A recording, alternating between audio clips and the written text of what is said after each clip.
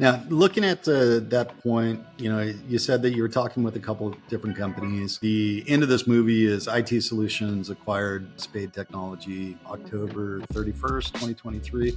What criteria did you use? How did you know ITS was the right organization for you to kind of unleash the reins to? At the time, we had two others that we were talking to. We didn't get that far down the road with them. A month before we got to the point of an LOI, a letter of intent that came out. We never really got that far down the road. So ITS is a few things. One, a big selling feature, the board of advisors and the private equity firm behind them. So funny kind of little history was I worked as a consultant at Nautic Partners 2 years before I started Spade. Is that a consulting company? So it's a little weird that it like circles back. In fact, I bought my domain name spadetechnology.com when I was at lunch break at that gig. So, at Nautic, that's crazy. But I knew they were good. I knew the way they operated, right? They invested in, they did very well in their investments. They hit out of the park a lot, and they didn't tend to go in and kind of rip companies apart. Like they were looking at growth. You obviously want to maximize your return, right? But I have some people that worked with me for 14, 15 years. Absolutely. You want to make sure that they're taken care of, right? Yeah. I have some clients that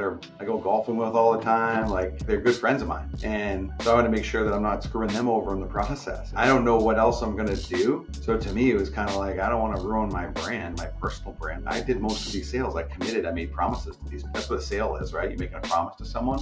ITS had I felt like their model was very similar and they were trying to do similar to what we were doing, right? Being proactive, big focus on that strategy planning, really helping those companies out. Security, right? That was a big thing. All of us individually were building our own security practices. That's the first time that I felt the size of the organization is a huge advantage. Because before then, nothing else. We could go against bigger MSPs and do better.